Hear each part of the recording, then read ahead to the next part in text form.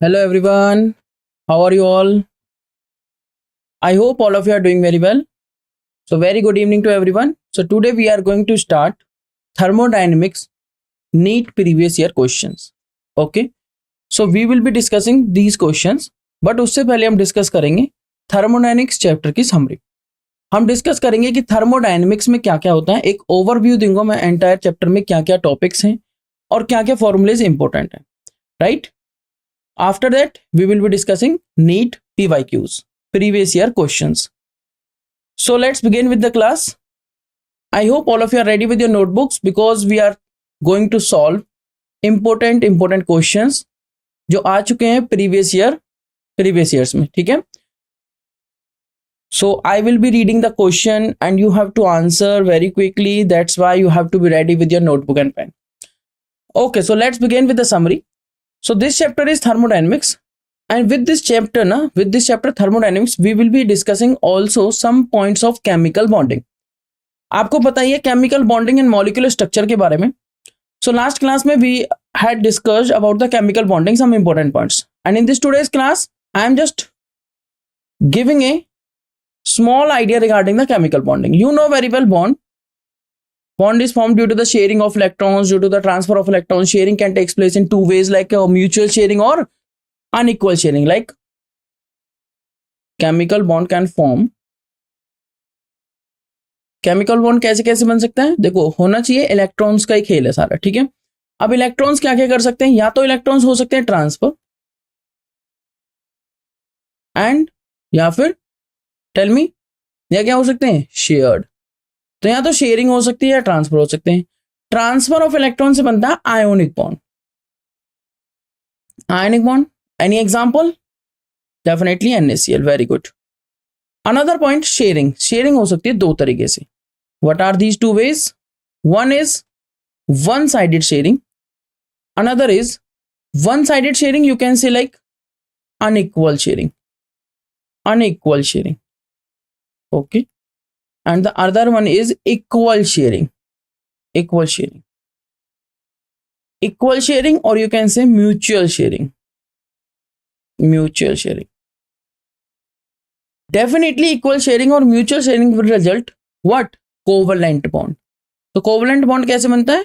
Sharing of electron से, but electrons की जो शेयरिंग होनी चाहिए, जैसा कि आपको पता है, you know already, like in one bond two electrons are there. So दो इलेक्ट्रॉन्स जो आएंगे, एक एटम से एक इलेक्ट्रॉन, दूसरे एटम से दूसरा इलेक्ट्रॉन. क्लियर?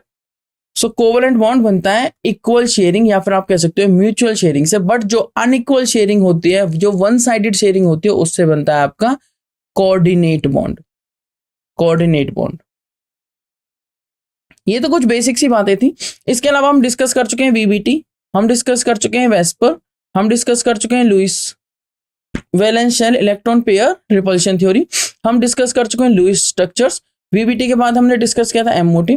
ठीक है. लुईस स्ट्रक्चर से पहले हमने ऑक्टेट रूल भी देखा था, हमने फॉर्मल चार्ज भी डिस्कस कर लिया है, हमने फजान्स रूल भी देख लिए हैं. ठीक है. हमने डायपोल मोमेंट भी पढ़ी थी.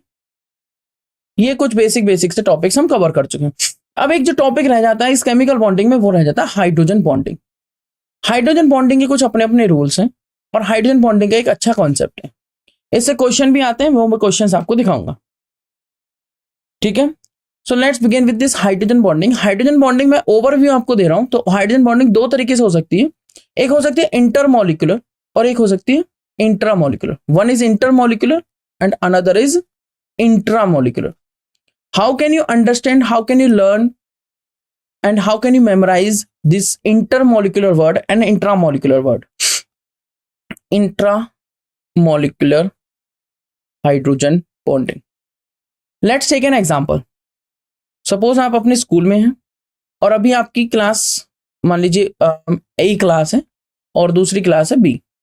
तो क्लास A और क्लास B के बीच में कंपटीशन होना है. सो क्योंकि ये विद इन द स्कूल हो रहा है, तो this type of competition is named as inter quiz, या क्विज कंपटीशन है सपोज, या कोई और कंपटीशन है. So this type of quiz is named as intra quiz. Okay, intra quiz. But अगर मान लीजिए आपका स्कूल है X और किसी दूसरे स्कूल के पास आप गए Y, X और Y के बीच में कंपटीशन हो रहा है, कोई क्विज कंपटीशन. तो क्योंकि वो with in the between the molecules हो रहा है, मतलब बिटवीन द स्कूल्स हो रहा है, तो उसको हम बोलेंगे इंटर क्विज. क्या बोलेंगे? Inter quiz. तो इंट्रा और इंटर से आप ऐसा समझ सकते हैं, इंटर जो वर्ड है वो लगाया जाता है, जैसे कि मान लीजिए एक मॉलिक्यूल मैंने लिया, ये हमारा हो गया बेंजीन पर OH और NO2, ऑर्थो नाइट्रोफिनॉल। अगर दूसरा ऑर्थो नाइट्रोफिनॉल आके इसके साथ हाइड्रोजन बॉन्डिंग करता है तो वो वाली हाइड्रोजन बॉन्डिंग हो जाएगी इंटरमॉलिक्यूलर। बट अगर इसी मॉलिक्यूल में हाइड्रोजन बॉन्डिंग हो जाती है तो इस हाइड्रोजन बॉन्डिंग को हम क्या कहते हैं, इंट्रामॉलिक्यूलर। क्या कहेंगे, इंट्रामॉलिक्यूलर, क्योंकि विद इन द मॉलिक्यूल, एक ही मॉलिक्यूल के अंदर हाइड्रोजन बॉन्डिंग हो चुकी है। So this type of hydrogen bonding is named as intramolecular hydrogen bonding. But अगर जैसे कि if I will take para nitrophenol, then intramolecular hydrogen bonding does not takes place here. Here intermolecular hydrogen bonding takes place. I hope you got this, intermolecular and intramolecular. Okay, these two words are confusing, but don't get confused. Okay, so intra and inter. So what type of atoms can form hydrogen bonding? The main point is here, for the formation of hydrogen bond, one hydrogen is needed which is attached to the electronegative atom, or we can say more electronegative atom. So fluorine, oxygen and nitrogen can show hydrogen bonding. And what will be the order of hydrogen bonding? Like fluorine will show the most hydrogen bonding, then oxygen, then nitrogen. Hydrogen bonding में concepts क्या है, सबसे ज्यादा electronegative होना चाहिए, वो atom ज्यादा hydrogen bonding show करेगा, अच्छा हाइड्रोजन बॉन्ड बनाएगा एंड स्ट्रॉन्गर हाइड्रोजन बॉन्ड बनाएगा।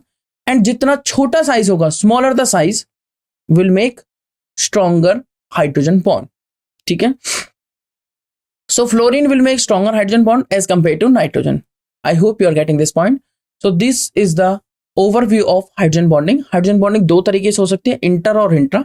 हाइड्रोजन बॉन्डिंग कौन शो करेगा, वो कंपाउंड जिनके अंदर हाइड्रोजन एटम अटैच्ड है विद मोस्ट इलेक्ट्रोनेगेटिव एलिमेंट्स, जैसे कि फ्लोरीन, ऑक्सीजन और नाइट्रोजन। ठीक है, वेरी गुड इवनिंग एवरीवन। सो हम डिस्कस कर रहे हैं chemical bonding and molecular structure के कुछ इंपॉर्टेंट पॉइंट्स। उनको डिस्कशन के बाद अब हम मूव करते हैं थर्मोडायनेमिक्स की तरफ। देखिए, थर्मोडायनेमिक्स एक इजी सा वर्ड है। क्या कहता है thermodynamics? Thermodynamics is made up of two words, right? Thermo plus dynamics. As you know very well, thermo मतलब क्या होता है? हीट। थर्मो मतलब क्या है? Heat. And dynamics means motion. Dynamics means motion. तो इस ब्रांच ऑफ साइंस में हम पढ़ते हैं केमिकल एनर्जीज को, एनर्जीज के लाइक इंटरकन्वर्जेंस को, किस तरीके से वो कन्वर्ट करती हैं, या सिंपल बोलूं मोशन ऑफ हीट को। सिंपल क्या बोलूं? मोशन ऑफ हीट को।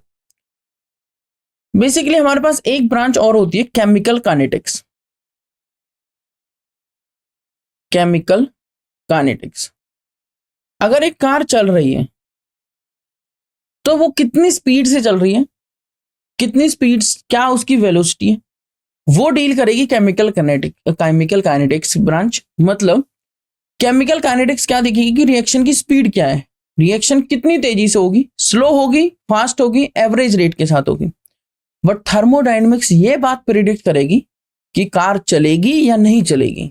मतलब थर्मोडायनेमिक्स ये बात बताएगी कि ए से बी कन्वर्ट होगा या नहीं होगा, रिएक्शन होगी या नहीं होगी, रिएक्शन खुद से होगी या उसे कराना होगा। ठीक है, so that is all about the thermodynamics. Thermodynamics इस चीज से डील नहीं करती है कि रिएक्शन कितनी स्पीड से होगी, उस चीज से डील करेगी केमिकल काइनेटिक्स।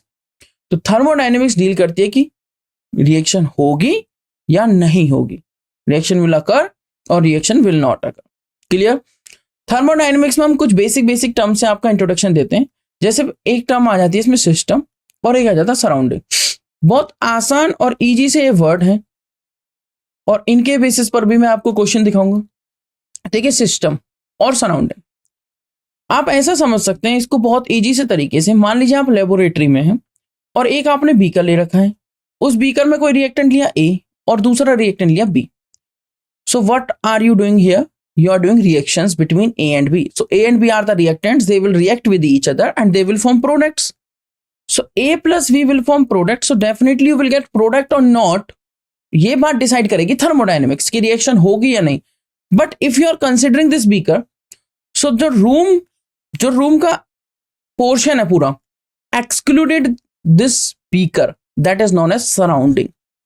सो सराउंडिंग का मतलब हुआ कि जिस पार्ट पे काम चल रहा है, जो पार्ट कंसीडरेशन में है, उसे हम कहेंगे system. And apart from system everything is surrounding. Everything is surrounding.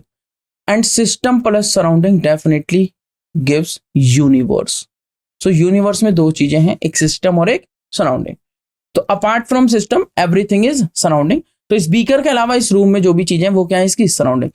अब देखो सिस्टम को भी डिवाइड किया जाता है कि हम सराउंडिंग पे थोड़ी काम कर रहे हैं, हम सिस्टम पे काम कर रहे हैं, तो हम सिस्टम को ही आगे पढ़ेंगे, नॉट सराउंडिंग. क्लियर? सराउंडिंग का एक इंट्रोडक्शन मैंने आपको बता दिया. सिस्टम को भी डिवाइड किया जाता है. टाइप्स ऑफ सिस्टम क्या हो सकते हैं, जैसे हो सकता है ओपन सिस्टम. ओपन सिस्टम बहुत अच्छा एग्जांपल्स आपको पता है, आप डेली लाइफ में इसे यूज करते हैं. क्लोज सिस्टम, क्विकली बताइए ओपन सिस्टम का कोई example, quickly.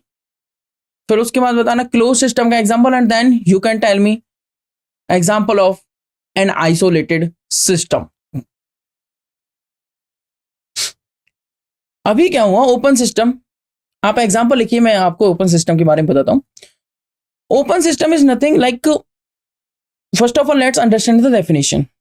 According to open system, like in open system both matter and energy can transfer. Both matter and energy can transfer.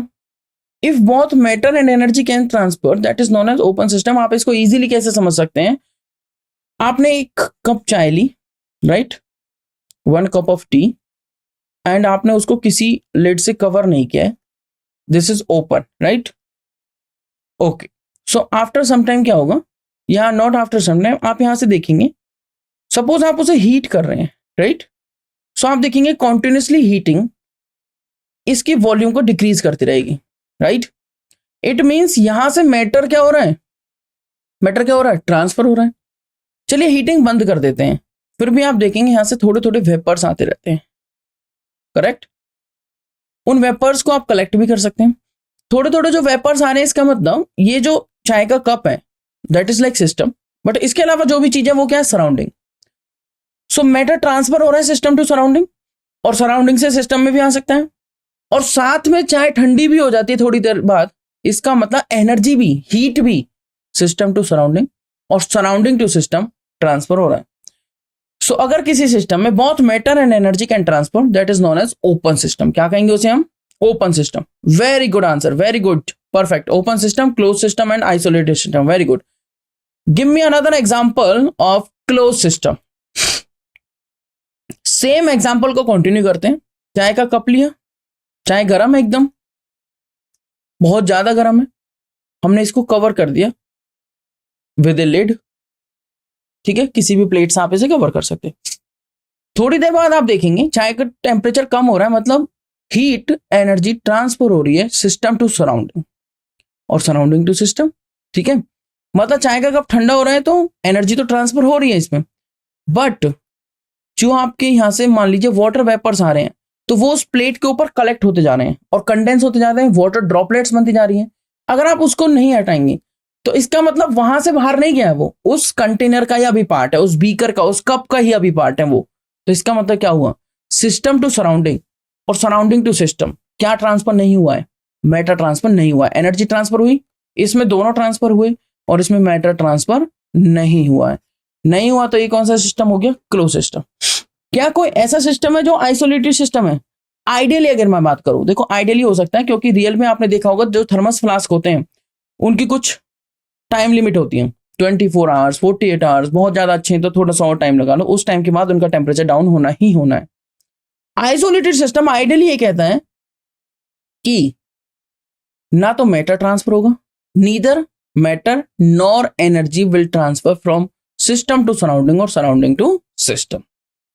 आपने ले लिया एक थर्मस फ्लास्क, इंसुलेटेड बीकर ले लिया, insulated flask ले लिया, उसके अंदर आपने कोई भी मैटर रख लिया. अब ना तो मैटर बाहर आएगा ना अंदर जाएगा, ना एनर्जी बाहर आएगी ना अंदर आएगी. मतलब आपने अगर उसके अंदर जो भी मैटर लिया है, सपोज करिए वो 37 डिग्री सेल्सियस पर लिया है, तो according to thermodynamics isolated system ये कहता है कि अगर 37 डिग्री सेल्सियस पर लिया है then it will remain 37 degree Celsius always. But in real life, it's not possible, right? You know, temperature will decrease definitely, right? Temperature will decrease. Very good. Energy transfer and matter not transfer, that is the case of closed system. And in an isolated system, neither energy nor matter will transfer. Neither energy nor matter will transfer. That's a very interesting concept, right? Okay, let's come back. You can see here thermodynamics deals with the energy changes in a chemical or physical processes and enable us to study these changes. कैसे? Quantitatively. And to make useful predictions like reaction होगी या नहीं होगी. The important part is that reaction होगी या नहीं होगी, that's very important. अगर होगी तो कितनी होगी, कंप्लीट हो जाएगी क्या, कितना प्रोडक्ट बनेगा.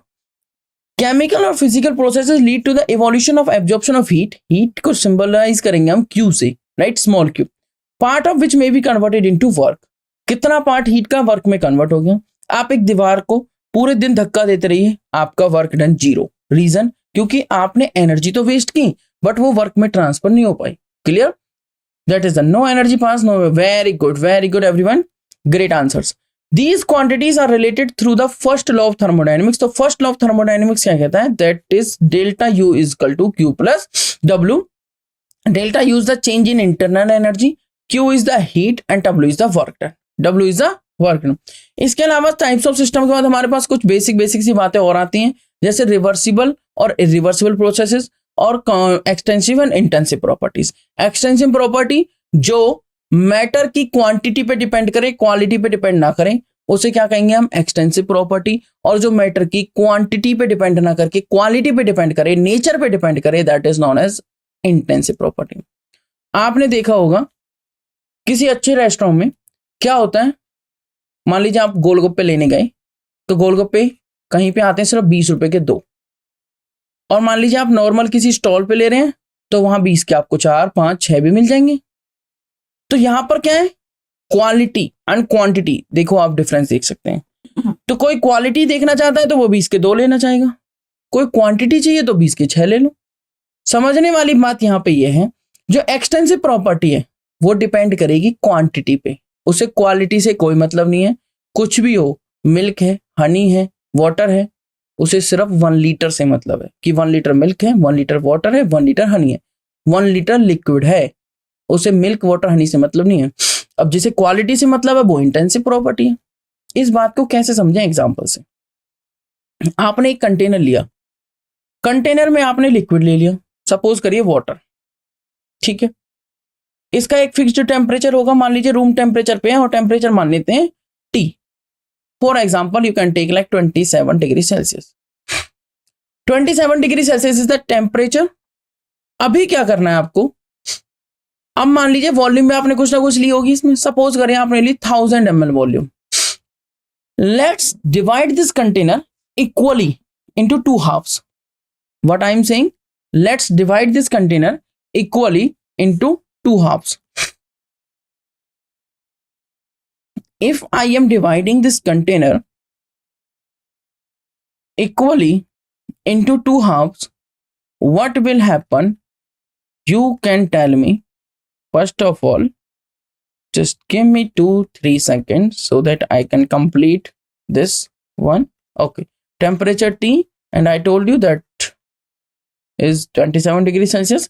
And if I'm taking 500, no, 1000 ml volume, okay, and I'm dividing this container, okay, I'm not taking any scale and not measuring, ठीक है, दोनों पार्ट्स को कि एग्जैक्टली इतना इधर इतना इधर है, जस्ट एज्यूम लाइक यहाँ पर इक्वली डिवाइड किया गया है. ओके, इस टाइप से मैंने उसको एक पार्टीशन की हेल्प से डिवाइड कर दिया. मान लीजिए इसकी टोटल वॉल्यूम V थी, तो यहां पर मैंने V/2 दे दिया, और इधर V/2. इधर V/2 का मतलब 500 ml हो गया, इधर V/2 का मतलब 500 ml हो गया. अब आप मुझे बताइए कि यहां पर टेम्परेचर कितना होगा? अभी भी T. इधर टेम्परेचर कितना होगा? T. तो टेम्परेचर इज एक्सटेंसिव प्रॉपर्टी और इंटेंसिव प्रॉपर्टी. और वॉल्यूम एक्सटेंसिव हुई या इंटेंसिव? वॉल्यूम ने चाहा कि मैं डिपेंड करूंगी क्वांटिटी पे, क्वांटिटी कम हुई, वॉल्यूम हाफ हो गई, मतलब वॉल्यूम एक एक्सटेंसिव प्रॉपर्टी है. Volume is what? Extensive property. And temperature ने कहा कि टेम्परेचर अगर यहां पर पूरे कंटेनर में 27 था, अभी भी हाफ होने पर 27 ही है, 4 पार्ट्स में डिवाइड कर दीजिए तब भी 27 रहेगा, 8 पार्ट में डिवाइड कर दीजिए, you will get the same temperature, that will be 27 degree Celsius. What is that? 27 degrees Celsius. It means temperature is intensive property. Temperature is what? Intensive property.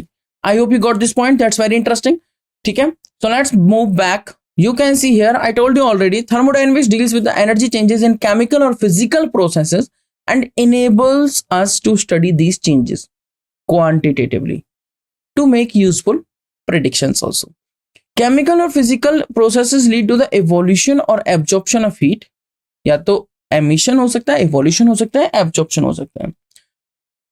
Part of which may be converted into work. Work और heat को एक relationship आप देख सकते हैं. The quantities related are related through the first law of thermodynamics, delta U equal to Q plus W. I am not deriving this formula because we are just summarizing the chapter. Then we will be discussing by using these concepts NEET PYQs, previous year questions. I am just summarizing ताकि आपके जो points अब recall हो जाए, question करते time आपको recalling में problem ना आए और क्वेश्चंस बहुत जल्दी तरीके से होते जाए, ताकि आपको ऑटोमेटिकली क्वेश्चन सॉल्व होते टाइम सेल्फ मोटिवेशन मिले. Okay, very good answer, perfect, good answers everyone. Delta U is nothing. Delta U is what? Change in internal energy. I told you already. Change in internal energy, जो internal energy that is sum of all the types of energy.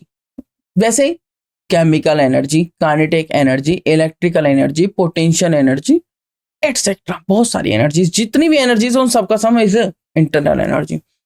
Internal energy depends on initial and final states. Okay. इसका मतलब यहां से मैं दो चीजें और दिखाऊंगा आपको, state function and path function. State function and path function. अब ये क्या चीज है? State function and path function. State function कह रहा है, देखो, delta U is change in internal energy and delta U depends on initial and final states only and it is a state function. Q and W depends on path and are not the state functions. क्या कहना चाह रहे हैं, मैं इस बात को एक बार क्विकली आपको क्लैरिफाई कर देता हूं कि what is state function, what is path function. जैसा कि मैं आपको बता चुका हूं, मान लीजिए आपको जाना है 6th फ्लोर पे. एक 6 फ्लोर के बिल्डिंग है and you have to go to 6th floor. There are 3 ways. Suppose one is like by using any air transportation you can jump here. Don't do this, I'm just telling. Another is stairs by using air transportation, stairs, and the third one is lift. First of all, tell me which one would you like to prefer, stairs, lift, or aim? If you want to go from ground to 6th floor, lift, stairs, or 6th floor? Yes, you want to go ground to 6th floor, so definitely that totally individual choice, right? Very specific.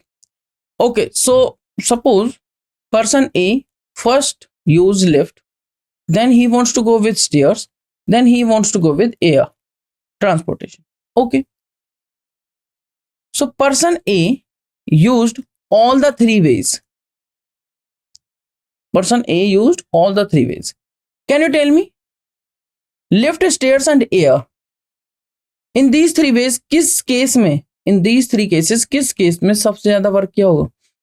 Definitely stairs के case में, right? अच्छा, पहुंच गए 6th floor पे, चाहे air से गए हैं, स्टेयर से गए हैं, लिफ्ट से गए हैं. यहां पर पहुंचने के बाद हाइट आ चुकी है, तो कुछ ना कुछ पोटेंशियल एनर्जी होगी.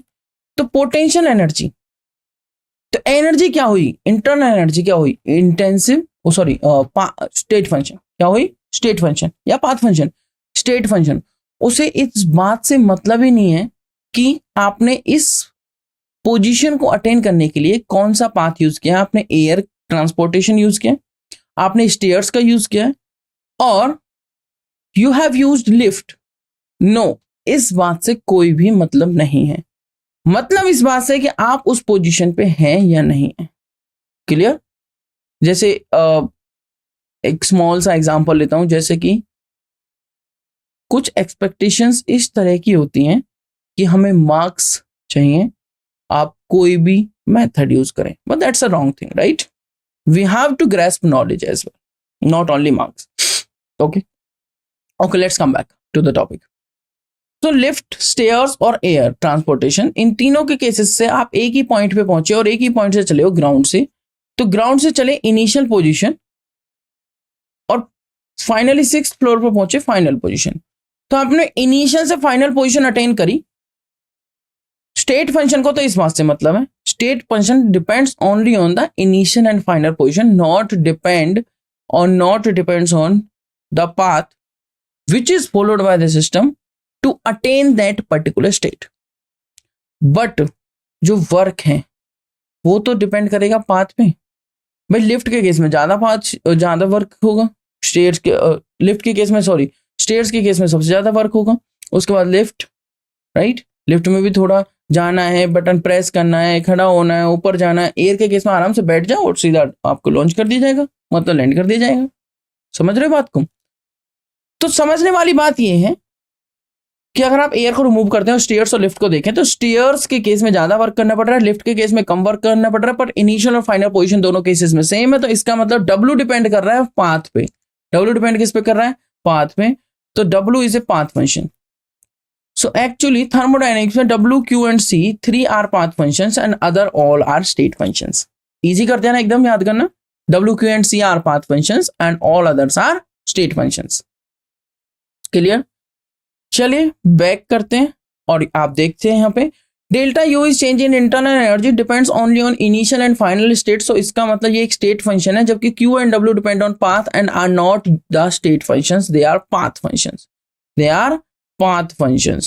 They depends on the initial and final position, and also they depends on the path followed by the system to attain that particular final state.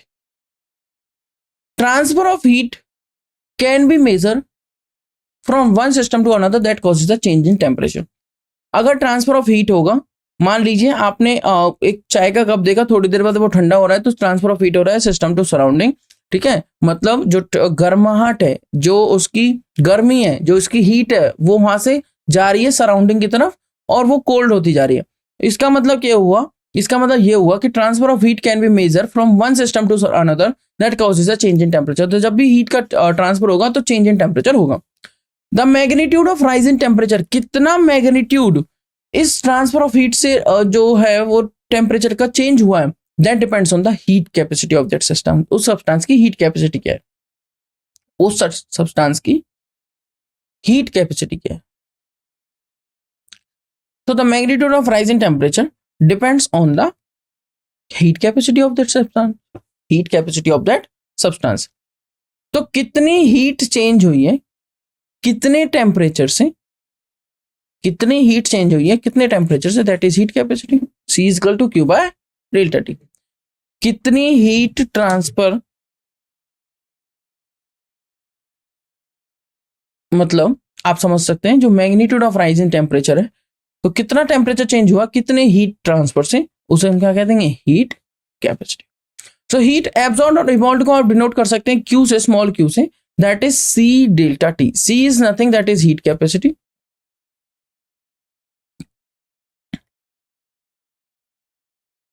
Q is heat and delta T is T2 minus T1 मतलब change in temperature. T2 minus T1 मतलब change in temperature. Move करेंगे next बात पर, जो कि एक important बात होगी. कह रहा है work can be measured by W is equal to minus P external delta V minus P external delta P. और जब फ्री एक्सपेंशन का केस होगा तो उसमें P एक्सटर्नल क्या हो जाता है? 0. उस केस में फ्री एक्सटर्नल क्या हो जाता है? 0. ठीक है. In case of expansion of gases, under reversible process, we can put P external is equal to P for infinitesimal changes in the volume making. So आप लिख सकते हैं P external को P, तो W reversible क्या हो जाएगा? Minus PdV. W reversible क्या हो जाएगा? Minus PdV. In this condition, we can use gas equation which is PV is equal to nRT. This is ideal gas equation, और इसको हम real gas equation मतलब van der Waals में भी change कर सकते हैं by adding some factors और by subtracting some factors. ठीक है, from pressure volume से. तो this is pressure volume work done, right? तो PV is equal to NRT. At constant volume W is equal to 0, at constant volume W is equal to 0, तो delta U क्या रहता है? QB. W reversible आपने बताया minus PDV, और DV अगर volume constant है तो मतलब वॉल्यूम में कोई चेंज नहीं हुआ, मतलब V2 माइनस V1 जीरो आ जाएगा, क्योंकि V2 माइनस V1 कोई चेंज ही नहीं हो कुछ, तो W क्या आ जाएगा? जीरो। अगर W जीरो है तो डेल्टा U क्या है? Q plus W। तो W क्या होगा? जीरो। तो डेल्टा U क्या आ गया? Q, और Q V लिखा है क्योंकि heat transfer at constant volume, heat transfer at constant volume. Mostly thermodynamics को हम आज कवर करेंगे, and then we will be discussing some important questions. Okay, बस थोड़े से पॉइंट्स और रहेंगे, देन मैं आपको एक फ्लो चार्ट प्रोवाइड करूंगा, कुछ इंपॉर्टेंट फॉर्मुलेज आप नोट डाउन करते रहिए, फिर हम स्टार्ट करते हैं। Okay okay, so heat transfer at constant volume, enthalpy change delta H is equal to delta U plus delta NG/RT can be found directly from the heat changes at constant pressure, जिसको हम कहते हैं delta H is equal to QP। आप क्या कर सकते हैं? Delta U की जगह U2 माइनस C1 लिख सकते हैं, और डेल्टा NG/RT वो PV is equal to NRT, तो इसकी जगह रख सकते हैं डेल्टा PV। ठीक है, डेल्टा PV। और उस तरीके से जब आप देखेंगे H is equal to H, यहाँ पे हो जाएगा P2 V2 और P1 P1, तो U2 माइनस U1, तो U प्लस PV क्या आ जाएगा? एक तरह से उसको आप रिलेट करके लिखेंगे तो डेल्टा H क्या बन जाएगा? QP के इक्वल। डेल्टा H क्या बन जाएगा? QP के इक्वल। ओके, तो नेक्स्ट मूव करेंगे। There are varieties of enthalpy changes. उसके अलावा एंथैल्पी चेंजेस आ जाती है, जैसे हमारा change of phase such as melting. जब मेल्टिंग होती है तो जो एंथैल्पी चेंज होता है उसे हम कैलकुलेट कर सकते हैं। अगर वो स्टैंडर्ड कंडीशंस पे हो रहा है तो उसे स्टैंडर्ड एंथैल्पी चेंज कहते थे। सिमिलरली वेपराइजेशन, मेल्टिंग में solid to liquid conversion, vaporisation में liquid to gas conversion, sublimation में solid to directly gas conversion without passing through the liquid state, usually occur at constant temperature and standard pressure, right? अगर standard pressure पे हम ले रहे हैं तो standard enthalpy of vaporisation, standard enthalpy of जो भी फेज चेंज वाली वो हो जाएंगे। and can be characterized by enthalpy changes which are always positive, enthalpy changes which are always positive। Enthalpy और फॉर्मेशन उसी तरीके से इनकी डेफिनेशन दे सकते हैं। Enthalpy of combustion, other enthalpy changes can be calculated using hash law. Hash law क्या कहता है? मान लीजिए आप ए से बी गए, मान लीजिए आप ए से बी गए, तो आप ए से सी जा सकते हैं, सी से डी जा सकते हैं, और बी से डी जा सकते हैं। मान लीजिए ए से बी जाने पर जो एंथैल्पी ट्रांसफर हुआ वो हुआ डेल्टा H, और ए से सी जाने पर डेल्टा H1। मान लीजिए इधर से इधर जाने पे डेल्टा H2, और इधर से इधर जाने पे डेल्टा H3। तो ऐसे लोग क्या कहता है? जो डायरेक्टली स्टेप में इन्वॉल्व जो एंथैल्पी चेंज होगा वो इक्वल टू होगा बाकी सभी स्टेप्स में इन्वॉल्व एंथैल्पी चेंज के, डेल्टा RH1, डेल्टा RH2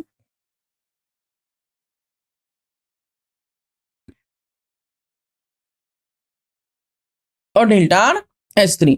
ये कहता है hash law. Enthalpy change for chemical reaction can be determined by this formula, like delta RH is equal to sigma formation AI delta F। Note कर लीजिए इस फॉर्मूले को, AI delta F, delta formation of enthalpy of products, minus sigma, what is this? This is forward, this is backward, B। Okay, BI delta formation of enthalpy of reactants, TANTS reactants, and in gaseous state delta RH naught is equal to sigma bond enthalpies of the reactants minus sigma bond enthalpies of the products। ठीक है, तो ये कुछ formulas आपको याद रखने हैं।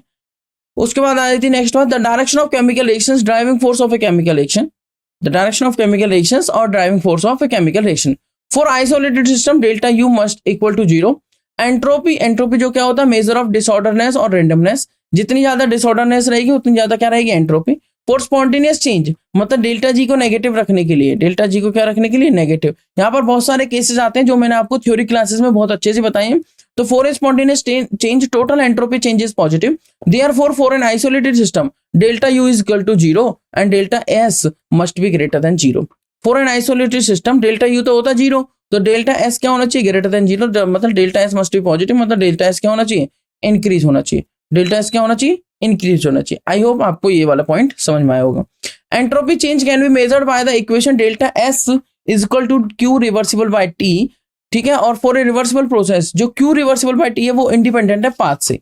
ठीक है, G जो होता है हमारा गिव्स free energy which is related to entropy and enthalpy change of the system by this equation delta Rg is equal to delta H minus T delta S, that is what gives Helmholtz equation। और इसके according हम spontaneous non spontaneous के बहुत सारे case बना सकते हैं, जिसमें जैसे हमें चाहिए डेल्टा जी नेगेटिव, ठीक है, और डेल्टा जी नेगेटिव और डेल्टा जी पॉजिटिव कुछ भी आ सकता है। अगर हम डेल्टा एच को नेगेटिव और पॉजिटिव करते हैं और उसके बाद लो टेम्परेचर हाई टेम्परेचर करते हैं और डेल्टा एस को भी नेगेटिव और पॉजिटिव करते हैं, तो इन चेंजेस के मैंने आपको बहुत सारे केसेस बता रखे हैं, ठीक है, तो आप उसे देख सकते हैं।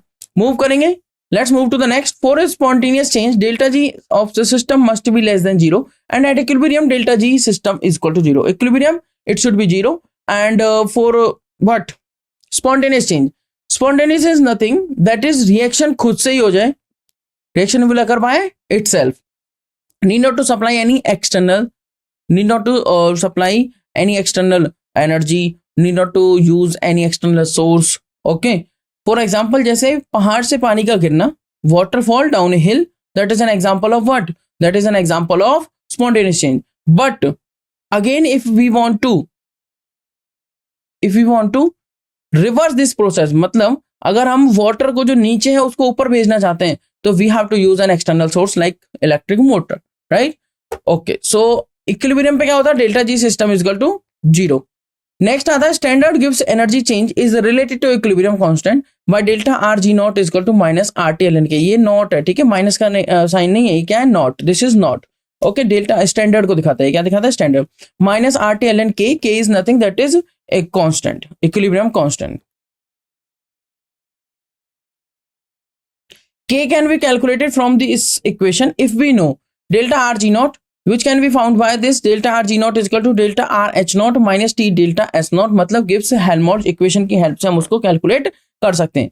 Many reactions which are non-spontaneous at low temperature, बहुत सारी रिएक्शंस है जो नॉन स्पॉन्टेनियस होंगे एट लो टेम्परेचर्स में, are made spontaneous at high temperature. Temperature increase करके आप उन्हें क्या कर सकते हो, स्पॉन्टेनियस कर सकते हो। तो टेम्परेचर और इस इक्वेशन का बहुत अच्छा रोल है हमें ये बताने में कि अगर ये रिएक्शंस नॉन स्पॉन्टेनियस है तो क्या हम इसे स्पॉन्टेनियस कर सकते हैं या नहीं, ठीक है। और अगर are made spontaneous at high temperature for systems having positive entropy of reaction, जैसे मैं आपको एक स्मॉल एग्जांपल दिखाता हूं, delta G is equal to delta H minus T delta S. आपको रिएक्शन को बनाना है स्पॉन्टेनियस, अगर रिएक्शन की ये गिव्स फिर एनर्जी को रखना है नेगेटिव, तो डेल्टा एच मान लीजिए रिएक्शन है एक्सोथर्मिक, डेल्टा एच और रिएक्शन क्या है एक्सोथर्मिक, तो डेल्टा एच क्या होगा, नेगेटिव। टेम्परेचर हमने क्या ले लिया, लो, और डेल्टा एस क्या है हमारा, अगर डेल्टा एस को हम रखते हैं पॉजिटिव, तो पॉजिटिव नेगेटिव क्या हो गया, नेगेटिव। टेम्परेचर लो रहे या हाई रहे, reaction will be spontaneous at all temperature, reaction will be spontaneous at all temperature, because अगर डेल्टा एस आपका क्या है, पॉजिटिव, मतलब डेल्टा एस आपका क्या है, ग्रेटर देन 0। ये बात का आपको विशेष रूप से ध्यान रखना है। You have to be very very careful while understanding these cases, okay, or while learning these cases। delta S must be greater than 0, तो delta G negative आ जाएगा at all temperature। okay, let's move to the next point। thermodynamics is the science of energy that deals all types of energy transformations। thermo means heat and dynamics means like motion, that gives thermodynamics। the next point, thermodynamic system you can see isolated system, neither mass nor energy, ठीक है, crosses boundary and only energy cross boundary, closed system and not matter। open system both mass and energy can cross boundary। boundaries are like 3 types, non permeable you can say isolated system, permeable semi permeable that is closed system, and permeable that is open system, right।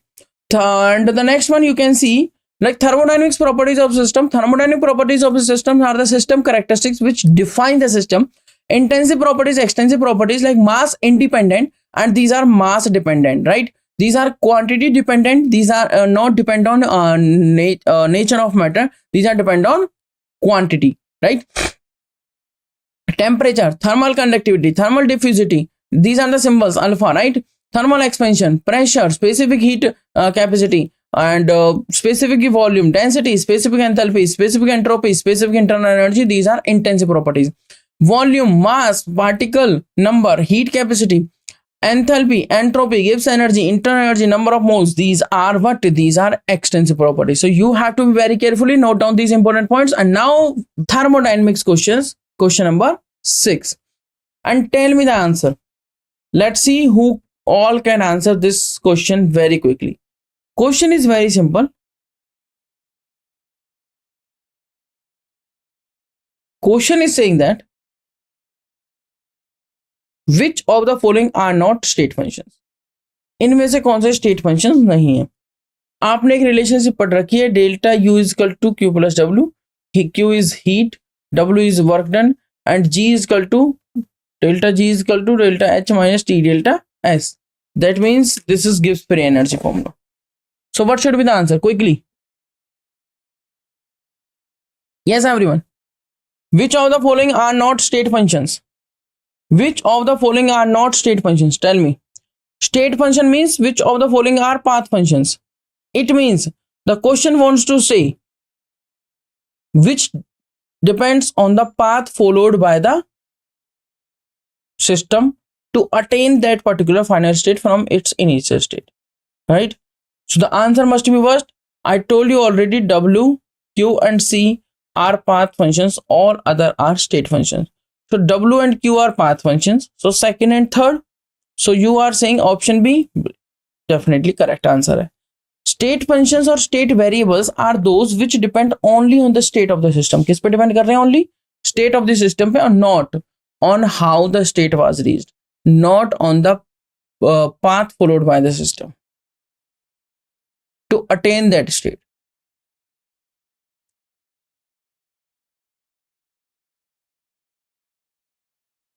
So Q is heat, W is work here, delta E is internal energy, and G is equal to H minus Ts. H is enthalpy,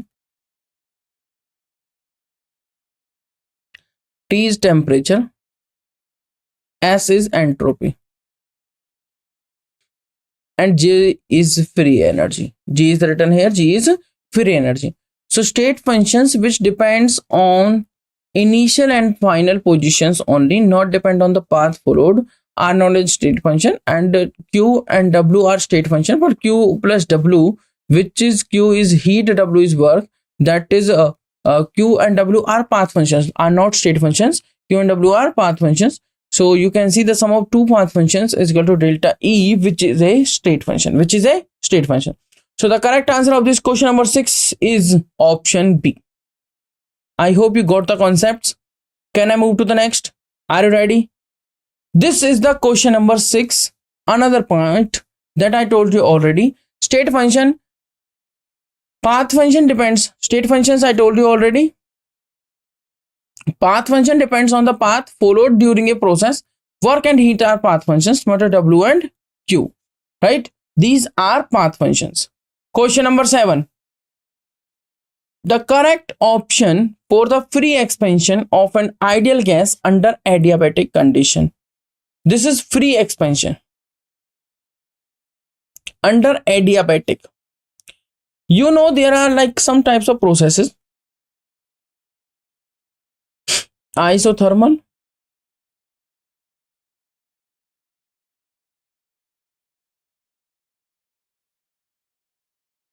isochoric, isobaric,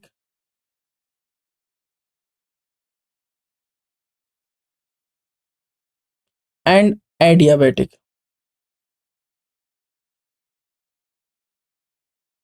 Isothermal, how can you understand very easily? Isothermal means, iso matlab like constant, right? And thermal means temperature. Or you can take iso matlab like same.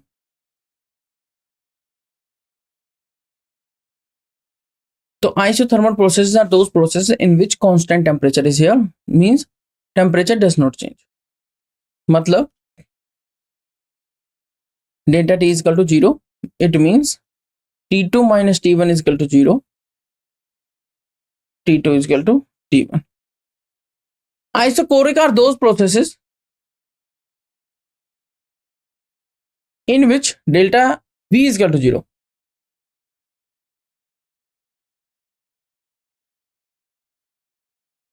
If delta V is equal to 0, so you can say V2 minus V1 is equal to 0. If V2 minus V1 is equal to 0, so you can say V2 is equal to V1. Right? This is about the isochoric process. What about this isobaric?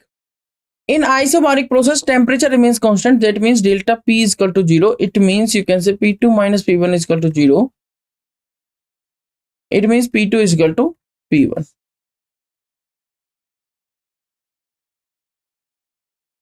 In adiabatic, no heat flow. Adiabatic process is that processes in which no heat flow from system to surrounding and surrounding to system.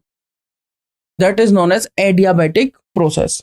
If process is taking place adiabatically, it means delta Q is equal to 0.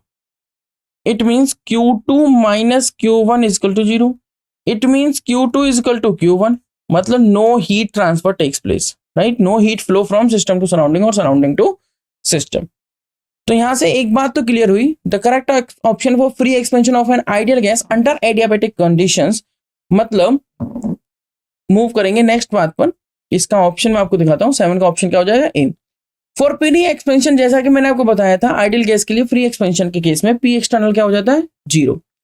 Ideal gas के लिए जब free expansion होता है तो उस case में P external, जो external वाला प्रेशर होता है, जिसको हम एक्सटर्नल प्रेशर बोल देते हैं, जिसको हम प्रेशर वॉल्यूम वर्क डन में यूज करते हैं, उसकी डेरिवेशन के टाइम पे उसकी फॉर्मूला को कैलकुलेट करने के लिए, तो पी एक्सटर्नल हो जाता है 0. और डब्ल्यू जो आप देख सकते हैं minus P external del V के इक्वल होता है, क्योंकि P external free adiabatic, not adiabatic, free expansion के केस में पी एक्सटर्नल हो जाता है 0. तो डेल्टा वी भी क्या हो जाएगा आपका? 0. Right. P external delta V क्या हो जाएगा आपका? 0. Not only delta V. तो मैं क्या लिखूंगा? W is equal to minus P external delta V. तो अगर ये 0 है तो ये पूरा फैक्टर क्या होगा? 0. तो मतलब डब्ल्यू क्या हो गया? 0. डब्ल्यू क्या होगा? 0. और क्यू की उसने कहा एडियाबेटिक, तो क्यू क्या हो गया? 0. तो डब्ल्यू 0 और क्यू 0 वाला ऑप्शन आपको क्या करना है? मैच करना है. डब्ल्यू 0 और क्यू 0. देखो क्यू 0 डब्ल्यू 0, बिल्कुल ठीक बात है. Q 0 W greater than 0, Q less than 0 W greater than और इक्वल टू. तो इस तरीके से ही बाकी ऑप्शंस मैच नहीं करेंगे. तो या तो मैच करेगा फर्स्ट या सेकंड. और क्योंकि सेकंड में आप देख सकते हैं डब्ल्यू को चेंज कर दिया, पर डब्ल्यू होना चाहिए 0 के इक्वल, तो ये हो गया. बाकी सारे गलत, सिर्फ ऑप्शन ए करेक्ट है. और डेल्टा टी क्यों लिखा है? क्योंकि कांस्टेंट टेम्परेचर है. ठीक है, क्योंकि क्या है? Constant temperature. कैसे पता लगा? According to first of thermodynamics, अगर हमें पता है delta U is equal to Q plus W है, तो डेल्टा यू क्या है? Internal energy of an ideal gas which is a function of temperature. जो किसका फंक्शन है? टेम्परेचर का. जो अगर क्यू क्या हो गया? एडियाबेटिक है 0, और डब्ल्यू क्या हो गया? वर्क डन 0, तो डेल्टा यू भी क्या हो गया? 0. इसका मतलब यहां से ये बात क्लियर हुई कि internal energy of an ideal gas is a function of temperature. मतलब डेल्टा एच क्या है? 0. और डेल्टा टी क्या है? 0. डेल्टा एच भी 0 और डेल्टा टी भी 0. डेल्टा एच भी क्या है? 0 और डेल्टा टी भी क्या है? 0. अब आप, और मैं एक इंपॉर्टेंट बात बता देता हूं. देखिए एडियाबेटिक के केस में ध्यान रखना है, Q इज इक्वल टू क्या होगा? 0. Q इज इक्वल टू क्या होगा? 0. No heat flow from system to surrounding और सराउंडिंग टू सिस्टम. चलिए ये हो गया आपका आंसर नंबर 7. क्वेश्चन नंबर 7 का आंसर होगा ऑप्शन ए. मूव करेंगे क्वेश्चन नंबर 8 की तरफ. एक न्यूमेरिकल है जिसमें आपको नोटबुक का यूज करना है. Solve this question with your pen and notebook. A gas is allowed to expand in a well insulated container. Insulated container मतलब ना तो हीट बाहर जाएगी ना अंदर आएगी, मतलब हीट और मैटर ट्रांसफर नहीं होंगे. neither energy nor matter can transfer against a constant external pressure. तो P external आपको दे दिया 2.5 atmosphere from an initial volume, तो V1 भी दे दी, to a final volume V2 भी दे दी. The change in internal energy of the gas in joules will be. बताइए क्या आंसर होना चाहिए? डेल्टा यू आपको बताना है. Delta U is equal to Q plus W, W is equal to minus P external dV. आप use कर सकते हैं और आंसर बता सकते हैं quickly. Waiting for your answers. Yes everyone. बहुत इजी सा क्वेश्चन है. 2.5 एटमॉस्फेयर आपको दे रखा है पी एक्सटर्नल, वॉल्यूम 2 दे रखी है 2.50 लीटर से, वॉल्यूम जा रही है 4.50. चेंज इन इंटरनल एनर्जी पूछी है. एकदम सीधा सा और इजी सा कॉन्सेप्ट पूछा हुआ है. बताइए क्या आंसर होना चाहिए? देखिए अगर आंसर देखना है तो आप यूज करेंगे W equal to minus P dV. जिसमें पी एक्सटर्नल दे रखा है -2.5 और ये हो जाएगा आपका 4.50 मतलब ये होगी V2 और ये हो गया आपका V1। तो V2 माइनस V1 कितना आ जाएगा आपका, V2 माइनस V1 आ जाएगा आपका, और जब कितना एक तरह से 2 कितना आ जाएगा V2 माइनस V1 2। जब हम 2 को मल्टीप्लाई करेंगे किससे 2.5 से तो डेफिनेटली आंसर कितना आ जाएगा 5 लीटर। कितना आंसर आ जाएगा 5 लीटर। वो आ गया आपका W। तो W है आपका वर्क डन जो कितना आ चुका है आपका 5 लीटर। तो 5 लीटर क्या आया है एटमॉस्फेयर, और किस में आया है वो माइनस में। तो -5 litre atmosphere is the work done. Litre atmosphere में आया, जूल में कन्वर्ट करना है। आपको एक बात क्लियरली पता है कि जो 1 एटमॉस्फेयर होता है वो किसके इक्वल होता है 101,325 पास्कल के। 1 एटमॉस्फेयर किसके इक्वल होता है 101,325 पास्कल की, और 1 एटमॉस्फेयर इक्वल होता है 101.325 किलो पास्कल की। ओके, सो किलो पास्कल जब आप इसे मल्टीप्लाई करेंगे, यहाँ पे क्या लिखा हुआ है लीटर एटमॉस्फेयर। जब आप एटमॉस्फेयर की जगह वैल्यू रखेंगे तो आ जाएगा क्या लीटर, पास्कल और किलो, 3 चीजें आ जाएंगी। तो आप लीटर एटमॉस्फेयर को इजीली जूल में कन्वर्ट कर सकते हैं। किस में कन्वर्ट कर सकते हैं जूल में, इन रिलेशनशिप का यूज करके। तो लीटर एटमॉस्फेयर की जगह आप क्या डायरेक्ट लिख सकते हैं 101.325 जूल, और जब आप इसको 5 से मल्टीप्लाई कर देंगे तो आंसर आ जाएगा 506.625 जूल। तो आपको कौन सा आंसर मैच कर रहा है 506 कौन सा आंसर हुआ ऑप्शन बी। कौन सा आंसर मैच कर रहा है यहाँ पे माइनस के 506 वाला, ये वाला आंसर मैच कर रहा है। मैं कोई के लिए आपको बता देता हूँ, सीधा सा क्वेश्चन था। W इक्वल टू होता है -P external delta V। Delta V में आपको V2 दे रखा है और आपको क्या दे रखा है V1। ये आपका V2 हो गया, ये आपका V1 हो गया। V2 माइनस V1 कर लेंगे, यहां से वैल्यू आ जाएगी 2 को 2.5 से मल्टीप्लाई कर देंगे। 2.5 इज द एक्सटर्नल प्रेशर। अगर फ्री एक्सपेंशन का केस है, फ्री एक्सपेंशन के केस में पी एक्सटर्नल हो जाता है 0 4 at ideal gas. P external क्या हो जाता है 0 4 एट आइडियल गैस। ये वर्क डन आया आपका -5 लीटर एटमॉस्फेयर, क्योंकि पूछा हुआ जूल में, तो 1 लीटर एटमॉस्फेयर की जगह आप क्या रख सकते हैं 101.325 जूल। और आपको मैं इंटर कन्वर्जन करने वाले फॉर्मूलेस बता देता हूँ। जैसे मान लीजिए आर की हेल्प से करके आप कन्वर्ट कर सकते हैं। आर का फॉर्मूला होता है 8.314 जूल पर केल्विन पर मोल, और एक होता है 0.0821 लीटर एटमॉस्फेयर पर केल्विन पर मोल। ठीक है, आप ये काम भी कर सकते हैं, क्योंकि आपका जो W आया है वो आया -5 लीटर एटमॉस्फेयर। तो लीटर एटमॉस्फेयर को कैंसिल करना है तो R से डिवाइड कर दीजिए इस वाली वैल्यू से, और R से मल्टीप्लाई कर दीजिए इस वाली वैल्यू से। तो देखो -5 लीटर एटमॉस्फेयर, R की वैल्यू कितनी 0.0821 लीटर एटमॉस्फेयर पर केल्विन और पर मोल, और ऊपर क्या आ गया इनटू मल्टीप्लाई किया R से, तो 8.314 जूल पर केल्विन पर मोल। वैसे जो मैंने आपको पहले बताया वो थोड़ा इजी कैलकुलेशन थी, और यहाँ पे थोड़ी सी लेंथी कैलकुलेशन है, बट ये आप यूज कर सकते हैं जब आपको समझ नहीं आ रहा कि 1 लीटर एटमॉस्फेयर को जूल में कैसे कन्वर्ट करें। तो 1 लीटर एटमॉस्फेयर को जूल में इस तरीके से कन्वर्ट किया जा सकता है। लीटर एटमॉस्फेयर से litre atmosphere cancel, kelvin inverse से kelvin inverse cancel, mole inverse से मोल इनवर्स कैंसिल। जब आप इसे मल्टीप्लाई करेंगे और इसे डिवाइड करेंगे इससे, तो आपका आंसर आ जाएगा कितना 506.625 अप्रोक्स जूल। 506.625 अप्रोक्स जूल में। ठीक है, तो आंसर कौन सा मैच कर गया ऑप्शन बी। कैसे मैच किया है, बिकॉज हमें पता है delta U equal to Q plus W, क्योंकि कंटेनर इंसुलेटेड है। अगर इंसुलेटेड का मतलब ये हो गया कि क्यू की वैल्यू होगी 0, मतलब ना तो हीट फ्लो करेगी सिस्टम टू सराउंडिंग, ना फ्लो करेगी surrounding to system. No heat flow, अगर कोई हीट फ्लो नहीं है तो डेल्टा यू हो गया क्यू प्लस डब्ल्यू, और क्यू हो गया 0, तो डब्ल्यू आपकी वैल्यू कैलकुलेट हो चुकी है जो आई है -506.625 जूल। आप इस वैल्यू को यहाँ पे पुट करेंगे और डेल्टा यू मतलब चेंज इन इंटरनल एनर्जी आपके वर्क डन के इक्वल हो जाएगा, जो कि आ चुका है कितना -506.625 जूल। मूव करेंगे नेक्स्ट क्वेश्चन, क्वेश्चन नंबर 9 पे। क्वेश्चन नंबर 9 क्या कह रहा है आपका, क्वेश्चन नंबर 9 कह रहा है इन ए क्लोज्ड इंसुलेटेड कंटेनर। अब फिर से वही है, इंसुलेटेड कंटेनर क्लोज्ड है, तो इसका मतलब ये हुआ कि हीट फ्लो 0। हीट फ्लो 0 तो मतलब क्यू 0, मतलब ना तो हीट सिस्टम से सराउंडिंग जा रही है ना सराउंडिंग से सिस्टम आ रही है। A liquid is stirred with a paddle to increase the temperature.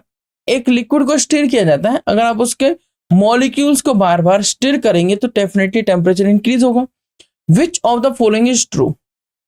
तो ट्रू बात तो ये होगी, क्या हीट चेंज होगी टेम्परेचर के साथ? हीट फ्लो तो हो गया जीरो, हीट फ्लो क्या हो गया? जीरो। तो आंसर मैच कर गया ऑप्शन ए। मतलब हीट फ्लो तो जीरो हो गया, तो इसका मतलब ऑप्शन बी और सी को और डी को हम कट कर देंगे और सीधा सीधा आंसर आ गया ऑप्शन ए। इस टाइप के क्वेश्चंस इसलिए आते हैं, तभी मैं कहता हूं आपको बार बार कि कॉन्सेप्ट्स को अच्छी तरीके से टिप्स पे रखना चाहिए, क्योंकि ये क्वेश्चंस जो होते हैं इनमें कैलकुलेशन की तो जरूरत है नहीं, बहुत बड़ी बड़ी कैलकुलेशंस तो आ नहीं रही हैं। सिर्फ आपको कॉन्सेप्ट पता होना चाहिए, फॉर्मुलेस पता होना चाहिए, रिलेशनशिप के बारे में नॉलेज होना चाहिए। If you know all these things, what you can do, you can just make a tick and go for the next question, because these questions are very easy, right, to solve. तो आप ये कह सकते हैं कि ये question आपके time को सेव कर सकते हैं। ये क्वेश्चंस मुश्किल से अगर हमें आते हैं तो 5 to 6 सेकेंड्स में हो जाएंगे, और इस क्वेश्चन की टाइमिंग को आप यूज कर सकते हैं नेक्स्ट क्वेश्चन पे, क्योंकि हमारे पास एक लिमिटेड टाइम होता है, जिस वजह से हमें न्यूमेरिकल्स को सॉल्व करने में टाइम लगता है, so that we have to spend more and more time on numericals as compared to these types of easy questions. Okay, so what you can do, we can do कि हम इस तरीके से अपने टाइम को save कर सकते हैं। Okay, these are small techniques only. So question number 9 का आंसर जैसे कि मैं बताया आपको ऑप्शन ए, क्योंकि mathematical form of the first law of thermodynamics है कि delta Q equal to delta E plus W since the system is isolated and closed, तो Q हो गया zero. What is Q? Q is zero. Q is heat. Q क्या है आपकी? Heat. Pedal work is done on the system. Pedal work is done on the system. Pedal के द्वारा work किया जा रहा है, उसको स्टिर किया जा रहा है लिक्विड को टेम्परेचर इंक्रीज करने के लिए, मतलब pedal work is done on the system. तो इसका मतलब ये हुआ कि वर्क डन तो जीरो नहीं हुआ, therefore work is not equal to zero, क्योंकि पेडल द्वारा वर्क किया जा रहा है सिस्टम पे। Paddle work is done on the system. Temperature and hence internal energy of the system increases. ठीक है, temperature and hence internal energy of the system increases. अगर इंटरनल एनर्जी में थोड़ा बहुत भी चेंज आता है तो इसका मतलब E1 से चेंज हो गई E2, इसका मतलब initial and final values are different. It means in simple words you can say delta E is equal to zero. No, delta E is not equal to zero. So simple सा concept है, Q is equal to zero, delta E not equal to zero and W which is also not equal to zero. तो which option is matching? Definitely option A. Option A is saying that delta E is equal to delta W or not equal to 0 and Q is equal to 0, right? So this is question number 9. I hope you got this concept. You got the approach. How can we solve these types of questions? So now I want to move to the next question, that is the question number 10. Question number 10 is an easy question. Let's see who can answer this question very quickly. Under isothermal condition, the first word, read the question very carefully because there are some scientific words. You have to be very careful about that. And those words, those hints can definitely help you while solving the question. This isothermal word is saying that delta T is equal to 0. This isothermal word is saying that T2 minus T1 is equal to 0. This word meaning T2 is equal to T1. अगर ऐसा है तो वो कह रहा है a gas at 300 kelvin expand from 0.1 litre to 0.25 litre, मतलब V1 से V2 जा रही है against a constant external pressure, P external भी उसने दिया है 2 बार। कह रहा work done by the gas is, calculate करिए, और गिवन है 1 litre bar is equal to 100 joule. 1 litre bar is equal to 100 joule. उसी तरीके से आपको जैसे मैंने लास्ट रिलेशनशिप बताई, 1 litre atmosphere is equal to 101.325 what, 101.325 joule. ठीक है, ये रिलेशनशिप आपको याद रखनी है। जैसे 1 एटमॉस्फेयर कितना होता है 1.01 बार, तो 1 बार कितना होता है 0.987 atmosphere, 0.987 atmosphere. Clear? Repeating the question, under isothermal conditions, isothermal means delta T is equal to 0, a gas at 300 Kelvin expands, मतलब दो वॉल्यूम से रखे हैं आपको, एक 0.1 लीटर और दूसरी दे रखी है 0.25 litre, against a constant external pressure of 2 बार। पूछा हुआ work done by the gas और वर्क डन आपको बताना है। तो एकदम से सिंपल सा क्वेश्चन है। क्वेश्चन नंबर 10 का आंसर बी है। देखिए, एक्सपेंशन ऑफ ए गैस, हमें पता है कि W क्या होता है, minus P external delta we, ये तो हम पढ़ चुके। प्रेशर वॉल्यूम वर्क डन, तो expansion of a gas against constant external pressure is an irreversible process. कैसी प्रोसेस है? Irreversible. So work done in an irreversible process, this is I, irreversible process is what? W is equal to minus P external delta V minus P external V2 minus V1। P external की value दे रखी है -2, V2 की value 0.2, V1 की value 0.1। जब हमने इसको subtract किया तो 0.1 में से हमने माइनस किया 0.25, राइट? 0.25 में से माइनस किया, सॉरी 0.25 में से माइनस किया 0.1। जब इस ज्यादा वैल्यू में से कम के माइनस करेंगे तो पॉजिटिव की वैल्यू आएगी 0.15 लीटर बार, और -2 से मल्टीप्लाई करने पर आ गया 0.30। तो -0.30 को मल्टीप्लाई करना पड़ा 100 जूल से, क्योंकि 1 litre bar is equal to क्या होता है? 100 जूल। और 1 लीटर एटमॉस्फेयर क्या होता है फिर? 101.325 व्हाट? जूल। जब हमने 1 लीटर बार को जगह 100 जूल रखा तो आंसर आ जाता है -0.30 को डेसिमल हटाइए, 100 से 100 कैंसिल, आंसर आ गया -30 जूल। आंसर क्या आ गया? -30 जूल। तो कौन सा आंसर मैच कर गया? क्विकली बताइए। Answer is matching with option B. +30 और -30 दो दे रखे, एक 5 किलो और एक 25 जूल। ठीक है, तो आंसर मैच कर रहा है सिर्फ और सिर्फ option B, that is -30 joule. So option B is the correct answer for this question number 10. Let's move to the next question, which is question number 11. Again, this is the important question of thermodynamics. When 5 liter of a gas mixture, volume दे दी उसने 5 liter, methane and propane, propane का formula पता है किसी को? Quickly बताइए, what is the formula of propane? Methane, ethane, propane, butane, pentane, hexane, heptane, octane, क्या है ये? These are hydrocarbons. आप ऑर्गेनिक केमिस्ट्री में इन्हें पढ़ चुके हैं। मीथेन का फॉर्मूला जैसे मैंने बताया CH4। Propane is also an alkane. Propane में जो वर्ड रूट है वो प्रोप है, जिसमें N की वैल्यू 3 होती है। अगर मैंने इतना बता दिया तो आपको जनरल फॉर्मूला पता होना चाहिए एल्केन का, CnH2+2। अगर 3 में यहाँ पे रखता हूँ तो ये H8 हो जाएगा, C3H8, और ये C4 है, CH4। इसको आप ऐसे भी लिख सकते हैं CH3, CH2, CH3। हम अभी थर्मोडायनेमिक्स डिस्कस कर रहे हैं, ना कि ऑर्गेनिक केमिस्ट्री। मतलब हम इसका open structure, bond line structure, chain structure, right, open chain structure, इन चीजों को डिस्कस ना करके सीधा फॉर्मूला डिस्कस करेंगे, जो कि इसका है C3H8 और मीथेन का फॉर्मूला है CH4। अब बात ये आती है कि 5 litre of a gas mixture of methane and propane is perfectly combusted, combustion किया गया है at 0 degree Celsius and 1 atmosphere pressure. 16 liter of oxygen at the same temperature and pressure is consumed. The amount of heat released from the combustion in kilojoule, delta H combustion of methane में हुई है 890 kilojoule per mole, and delta H combustion of C3H8 मतलब propane में हुई है 2220 kilojoule per mole is. वो कह रहा है ये एंथैल्पीज दे रखे हैं, एंथैल्पी ऑफ कंबशन, वो पूछ रहा है amount of heat released from this combustion. मैं आपको एक इंपॉर्टेंट बात बताता हूँ, CH4 का हुआ है कंबशन। कंबशन जब होता है तो प्रोड्यूस होती है CO2 and H2। We will get this CO2 and H2।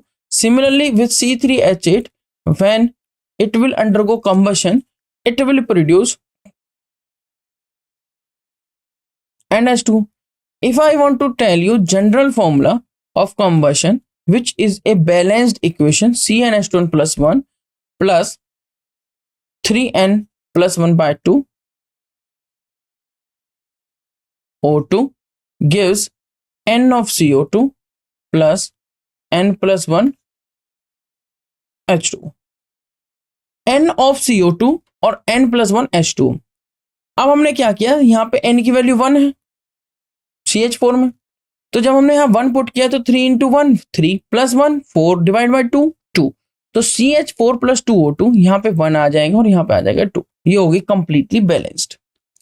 Similarly यहाँ पर n की वैल्यू 3 है, 3 पुट करी तो 3 3 जा 9, 9 प्लस 1 10, 10 डिवाइड बाई 2 5, और यहाँ पे कितना आ जाएगा 3, और यहाँ पे कितना आ जाएगा 3 प्लस 1 मतलब 4। ये दोनों इक्वेशंस होगी बैलेंस्ड इक्वेशंस। वो कह रहा है एंथैल्पी ऑफ कंबशन तो मैंने आपको दे दी, CH4 के लिए 890 kilo joule per mole and for C3H8 मतलब for propane it is 2220 kilo joule per mole. Then what is the amount of heat released from this combustion? Perfectly combustion में गए हैं at 0 degree Celsius and 1 atmospheric pressure 16 litre of oxygen at the same temperature and pressure is consumed. अब मुझे answer बताइए।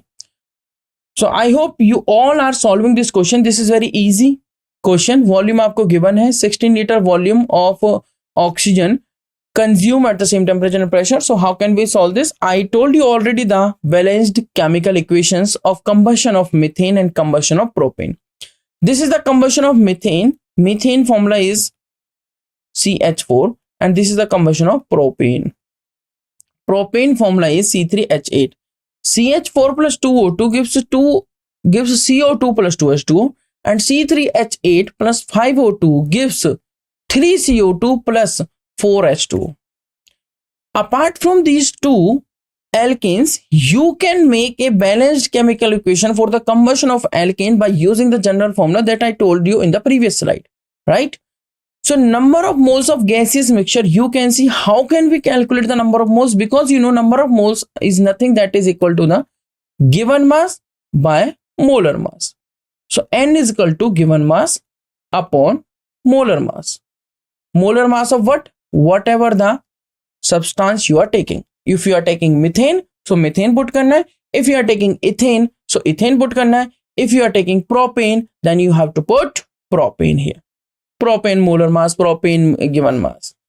So number of moles in gaseous mixture CH4 plus C3H8 is equal to 5 upon 22.4 is equal to 0.22 moles. What is the question saying? The question saying already when 5 liters of a gas, because आपको volume given है तो with the help of volume आप calculate करेंगे at 0 degree Celsius and 1 atmosphere pressure. So this is 0 degree Celsius मतलब 273 Kelvin हो गया temperature और 1 atmosphere pressure. तो इस टेम्परेचर और प्रेशर पे कोई भी गैस हो वो आपकी इक्वल वॉल्यूम कंटेन करेगी, दैट इज 22.4 लीटर। मतलब इस पर्टिकुलर टेम्परेचर और प्रेशर पे, मतलब स्टैंडर्ड टेम्परेचर और प्रेशर पे क्या होता है 22.4 लीटर किसी भी गैस के 1 मोल सब्सटेंस कंटेन करेगा। तो अगर हमें नंबर ऑफ मोल्स कैलकुलेट करने हैं तो जो गिवन वॉल्यूम है उससे डिवाइड कर दो, उसको डिवाइड कर दो इस 22.4 लीटर से। तो what you can see here for the calculation of number of moles of this gaseous mixture. Gaseous mixture में कौन कौन है? स्टार्टिंग में CH4 plus C3H8, methane plus propane, this is methane, this is propane. So the volume given is 5 litre divided with this 22.4 liter, you will get a number that is 0.22. So with the help of this volume, you have calculated this number of moles of this particular mixture, which is 0.22 moles. Clear? Number of moles of oxygen. How can you calculate the number of moles of oxygen? Very easy. The volume is given to you 16 liter. That means 16 liter of oxygen is consumed in the combustion of methane and this propane. That means 5 liter methane and propane we have, and the used volume of oxygen is 16 liter. So let's calculate the number of moles of oxygen as well. 16 liter divided by 22.4 liter, it is equal to 0.71 moles. Now we have number of moles of gaseous mixture जो combine हुआ है oxygen के साथ, उसके भी number of moles हैं, combustion हुआ है, प्रोडक्ट्स आए हैं CO2 एंड H2O के फॉर्म में। The question is asking very simple the amount of heat released. अब एंथैल्पी ऑफ कंबशन दे रखे हैं। अब देखिए एकदम सिंपल कॉन्सेप्ट है। सपोज करिए x mole of CH4 is there. अगर x मोल CH4 के हैं गैसियस मिक्सचर में तो टोटल CH4 प्लस C3H8 के जो मोल्स हमने कैलकुलेट किए हैं that is equal to 0.22 moles. If suppose x moles of CH4 is there, then C3H8 will be 0.22 minus x, right? Repeating once more time, then number of moles of C3H8 would be 0.22 minus x. The next part is saying that the moles of O2 consumed, then moles of O2 consumed according to the balanced chemical equation. In case of CH4, CH4 plus 2O2 gives CO2 plus 2H2. If x mole of CH4 1 mole use कर रहा है 2 moles of O2, तो x मोल use करेगा 2x mole of O2, 2x. Again अगर C3H8 की बात करूं, C3H8 plus 5O2 gives 3CO2 plus 4H2. Not only me, you can also write this balanced chemical equation with the help of that particular general formula that I already provided to you, right? That is very simple. So C3H8 plus 5O2 gives 3CO2 plus 4H2O. So 1 mole C3H8 use कर रहा है 5 मोल O2 के. इसका मतलब हमारे पास है 0.22 minus x mole of C3H8, तो ये यूज करेगा 0.22 minus x into 5 of O2. तो टोटल मोल्स ऑफ O2 जो कंज्यूम्ड हुए that is 2x plus 0.22 minus x into 5, और टोटल मोल्स जो हुए हैं कंज्यूम हुए हैं 0.71 मोल्स. यहां से कैलकुलेशन करने पर x की वैल्यू आ जाती है 0.13 मोल्स, मतलब CH4 के मोल्स हैं 0.13, तो C3H8 के मोल हमारे पास उसके हेल्प से हम कैलकुलेट कर सकते हैं 0.22 माइनस 0.13. डेफिनेटली आपका आंसर आ जाएगा 0.09. कितना आ जाएगा? 0.09. तो 0.09 मोल्स है हमारे पास किसके? 0.09 मोल्स बचे C3H8 के.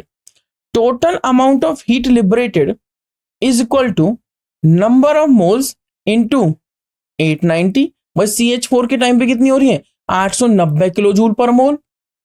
ठीक है, 890 1 जूल 890 किलो जूल 1 मोल के लिए. तो इतने मोल्स के लिए कितनी होगी? ऐसे कैलकुलेट कर लीजिए यूनिट मेथड. छोटी छोटी ग्रेड्स की बातें हैं तो स्मॉलर ग्रेड्स की, लोअर ग्रेड्स में ये तो पढ़ते हैं हम. 0.13 गुना में या मल्टीप्लाई विद 890 890 प्लस C3, ये तो है moles, number of moles CH4 के, और ये नंबर ऑफ मोल्स हैं C3H8 मतलब प्रोपेन के. Number of moles of propane multiply with कितना अमाउंट ऑफ उसकी क्या है? एंथैल्पी है, आप देख सकते हैं. डेल्टा H कंबशन वो है C3H8 का 520, मतलब 2220 किलो जूल पर मोल. एक मोल के लिए अगर इतनी है तो 0.09 के लिए कितनी होगी वो आप यहां से कैलकुलेट कर सकते हैं. दोनों को हमने ऐड किया तो इतनी अमाउंट ऑफ हीट लिबरेट हुई है. इतनी अमाउंट ऑफ हीट क्या हुई है? लिबरेट. वो आई हमारी value 315.5 kilo joule. 315.5 kilo joule. तो आप यहां से आंसर मैच कर सकते हैं. कौन से ऑप्शन से नियर अबाउट है? 370. किससे नियर अबाउट है? 370. तो जो आंसर होगा वो आपका क्या हो जाएगा? Option B, 317 kilo joule. 317 kilo joule. चलिए मूव करेंगे नेक्स्ट क्वेश्चन की तरफ, जो कि होगा हमारा question number 12. Question number 12 is saying that an ideal gas, ideal gas के लिए इक्वेशन आपको बताइए PV is equal to nRT. Expands isothermally, ये भी आपको पता है कि डेल्टा T होगा 0. From this particular volume that is 10⁻³ meter cube. देखो वॉल्यूम मीटर क्यूब में हो सकती है, डेसीमीटर क्यूब में हो सकती है, सेंटीमीटर क्यूब में हो सकती है, लीटर में हो सकते हैं, मिलीलीटर में हो सकते हैं. सारे यूनिट कन्वर्जन आपको आनी चाहिए. कैसे कन्वर्ट करेंगे? इजी सा तरीका है. मान लीजिए आप भूल जाते तो आप ये ध्यान रखिए कि 1 मीटर ऊंची टंकी, 1 मीटर चौड़ी टंकी और 1 मीटर क्या लंबी टंकी में, मतलब 1 मीटर ऊंची, चौड़ी और गहरी. ठीक है, इसमें कितना पानी आ सकता है? 1000 लीटर. ठीक है, हाइट, विड्थ एंड लेंथ, कितना पानी आ गया? 1000 लीटर. तो 1 मीटर क्यूब में कितना हो गया? 10⁻³ लीटर. तो 1 लीटर में कितना हो गया? 10⁻³ मीटर क्यूब. मतलब जो उसने वैल्यू लिखी है, इसको मीटर को सेंटीमीटर में कर सकते हैं, लीटर को मिलीलीटर में कर सकते हैं, वो इंटर कन्वर्जेंस आप कर सकते हैं. मैंने तो एक आपको निमोनिक दी, एक ट्रिक दी है कि किस तरीके से आप मीटर क्यूब और लीटर को रिलेट कर सकते हैं, किस तरीके से आप मिलीलीटर और मीटर क्यूब को रिलेट कर सकते हैं, किस तरीके से मीटर और सेंटीमीटर और मिलीलीटर, लीटर, इन सभी को आपस में रिलेट कर सकते हैं. तो जो 10⁻³ मीटर क्यूब लिखा हुआ है कुछ भी नहीं है, 1 लीटर है सिर्फ. क्या है? 1 लीटर. तो बहुत बड़ी वैल्यू मत समझने से. 10⁻³ मीटर क्यूब से कहा गया है 10⁻² मीटर क्यूब. एक टेम्परेचर फिक्स्ड कर दिया 300 केल्विन 300 केल्विन अगेंस्ट एक कांस्टेंट प्रेशर, प्रेशर भी कांस्टेंट कर दिया, कह रहा है 10⁵ न्यूटन पर मीटर स्क्वायर। प्रेशर की ये यूनिट होती है क्योंकि प्रेशर होता है फोर्स अपॉन एरिया, वहां से की यूनिट ले ली उन्होंने। जरूरी है एटीएम में लें, जरूरी है बार लें? नहीं, हम ले सकते हैं न्यूटन पर मीटर स्क्वायर भी, तो वो कोई भी यूनिट आपको लिख के दे सकते हैं, वो आपको ध्यान रखना है, ठीक है। पास्कल, न्यूटन पर मीटर स्क्वायर, बार, एटमॉस्फेयर, कुछ भी। तो प्रेशर हो गया आपका 10⁵ न्यूटन पर मीटर स्क्वायर, मतलब न्यूटन मीटर इनवर्स स्क्वायर, ठीक है। पूछा work done on the gases, work done on the gas, work done gas पर किया गया, बताइए क्या आंसर होना चाहिए। Quickly solve this question. This is very easy. The question is saying that you have to calculate the work done, and the values are given V1, V2 temperature, and it is saying that isothermally delta T is equal to 0. That means temperature is not changing here, and there is a constant pressure, that is 10⁵ Newton per meter square. So the answer should be B. But how? Because we know the formula W is equal to minus PdV. Work done is equal to pressure volume, pressure into change in volume, minus PdV. Pressure is given to you, which is 10⁵ Newton per meter square, and dV is nothing, that is the volume change. That means final volume minus initial volume. It means V2 minus V1. What is this V2? V2 is 10⁻⁻² meter cube. What is this V1? V1 is 10⁻³ meter cube. Then you can solve this. What you will get? 10⁻² and 10⁻³ you can write like 9 into 10⁻³ How can you write? I want to solve this. You can see here minus 10⁵ and you can see 10⁻² minus 10⁻³ You can write like this, 1 by 100 and you can write 1 by 1000. One method you can write like 10 से multiply कर दीजिए, 10 से divide कर दीजिए. Then what you will get? 10 minus 1, 9, and LCM is same. Is it solved? Definitely yes. So minus 10⁵, 9 into this 1000 will go in numerator and you will get 10⁻³ meter cube. Yes. So you can write like this, the 9 into 10⁻⁻3. Okay, minus 3 meter cube. And outside there is a factor which is 10⁵ meter square, right? Newton meter inverse square, not only square, Newton meter inverse square. Okay, then what you can write? 10⁵ and 10⁻³ because bases are same, so powers can add it up. So 5 में 3 गए तो क्या बचेगा? 2. So 10⁻² and यहाँ क्या आ जाएगा? -9. So -9 into 10⁻² Newton and meter cube and meter square. Definitely they will cancel each other and you will get only meter. And which meter? Newton meter, right? And Newton meter, definitely you can write like this, minus 900 Newton meter, and Newton meter you can write like joule, so minus 900 joule, because 1 joule is equal to 1 Newton meter. You have to learn this. 1 joule is equal to 1 Newton meter. Easy, definitely easy. 1 joule is equal to 1 Newton meter. आप इसको ऐसे भी याद कर सकते हैं. Energy का formula क्या होता है बताइए? Work is the form of energy. Work क्या होता है? Force into displacement. फोर्स का फॉर्मूला भाई प्रेशर होता है force upon area, right? Pressure क्या होता है? Force upon area. अच्छा, फोर्स की यूनिट बता दीजिए, सिंपल. अच्छा, एनर्जी की यूनिट जूल, फोर्स की यूनिट न्यूटन, और डिस्प्लेसमेंट मतलब एक तरह से डिस्टेंस, लेंथ ही तो है, तो मीटर, तो न्यूटन मीटर क्या हो गया? जूल के इक्वल. तो 1 joule is equal to 1 newton meter. ये सारे फॉर्मूलेज आपको टिप्स पे होने चाहिए, तभी आप किसी भी यूनिट को, किसी भी फॉर्मूले को कहीं पर भी यूज कर सकते हैं. कहीं पर भी मतलब जहां उसकी सेंस बनती है. Clear? So 1 joule is equal to 1 newton meter. So answer is minus 900 joule. So what is the answer here? You can see the answer is not plus 270, not plus 900 kilojoule. The answer is option B, which is minus 900 kilojoule, which is minus 900 joule. It is not kilojoule, it is joule. Okay, minus 900 joule. It should be joule. Answer should be joule, because if you are taking energy in kilojoule, then you have to multiply this. Okay, so the answer should be minus 900 joule. Let's move to the next part, which is nothing, or you can change the options like this.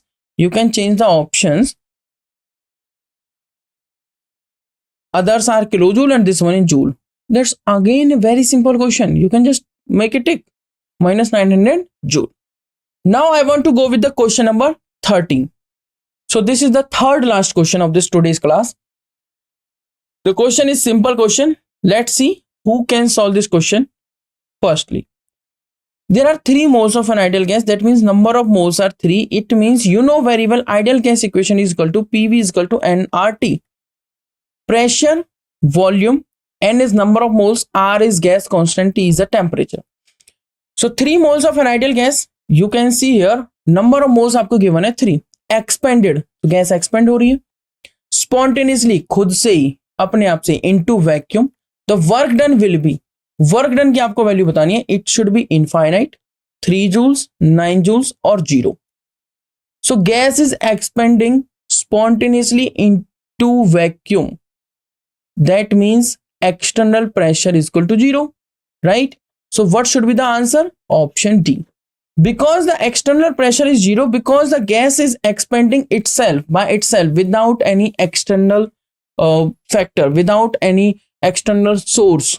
Okay, so the gas is expanding spontaneously into vacuum. So work done, what will be the work done? Because the gas is expanding spontaneously, so you can see external pressure must be 0.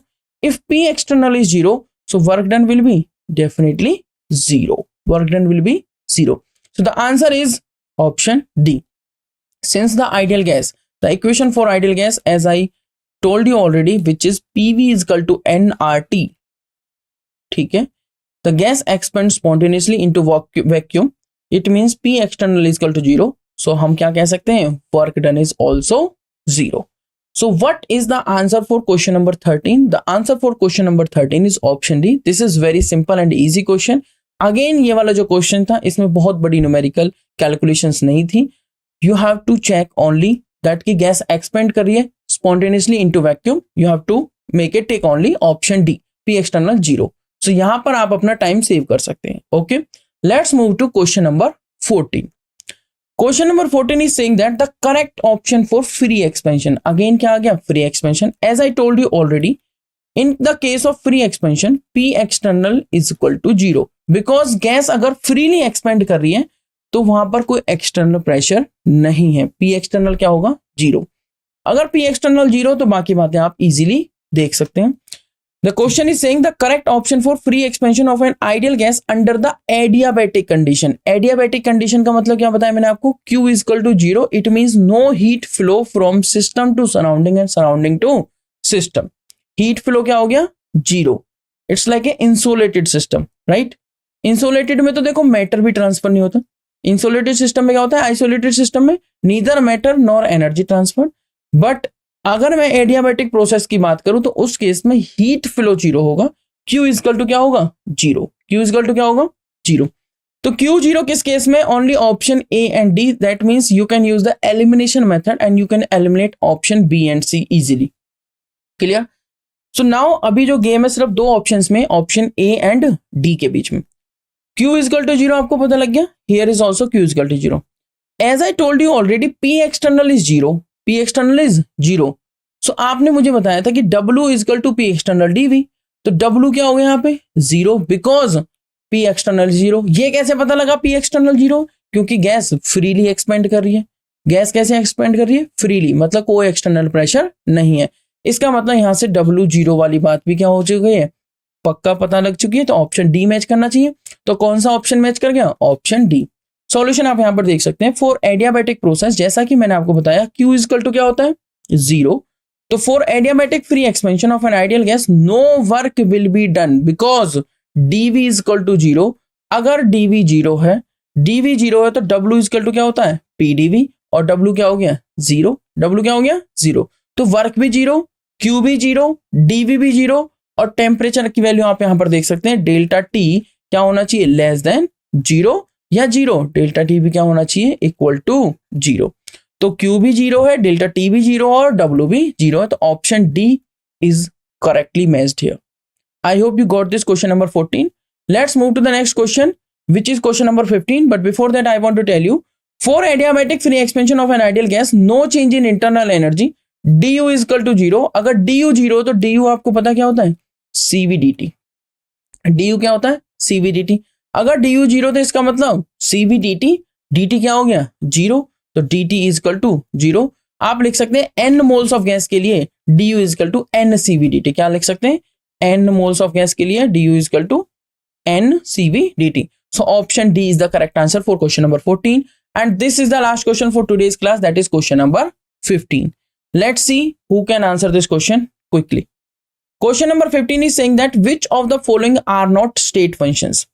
First of all, I want to tell you, as I have given some examples to you, state functions are those functions which depends only on initial and final positions, right? Initial and final.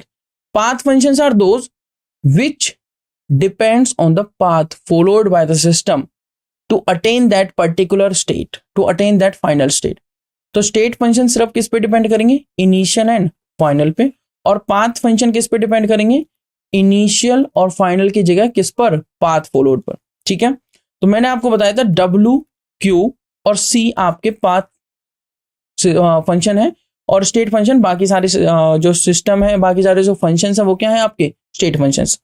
So question is saying that Q plus W, तो internal energy हो गया, Q is heat, W is work done, H is enthalpy, T is temperature, S is entropy. आपने एक relationship पढ़ी है, delta G is equal to delta H minus T delta S. आप इसको ऐसे भी लिख सकते हैं, G is equal to H minus T delta S, या G is equal to H minus TS. तो G is gives free energy. G क्या हुआ आपका, gives free energy. So the question is saying a simple language, which of the following are not state function.